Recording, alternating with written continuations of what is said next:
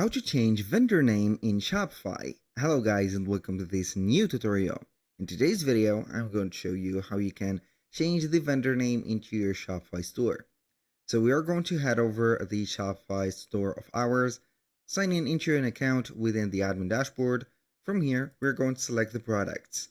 Once you have did that, we're going basically here to click on the product and we are going to head over here. So we're going to find title, description, etc. But we are not going to focus on this part.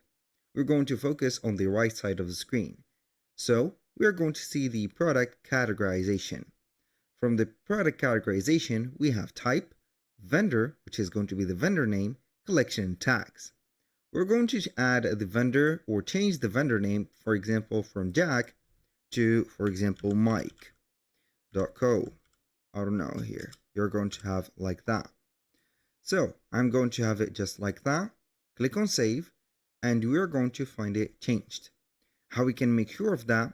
Basically, we are going to head over the online store, select the themes, and we're going to click on customize. Now what are we going to do? We're going to have the home page at the top. I'm going to click on it, select products, and select the default product or the default theme. So normally you're going to find here, as you can see, the vendor name. So in this case, it hasn't been changed.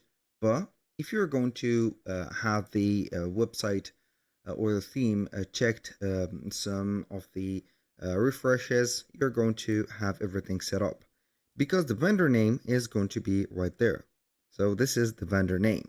You're going to change it to whatever you want. That was pretty much it for today's video. Thank you guys for watching. I hope that you have enjoyed the content, and I hope to see you soon on the next one.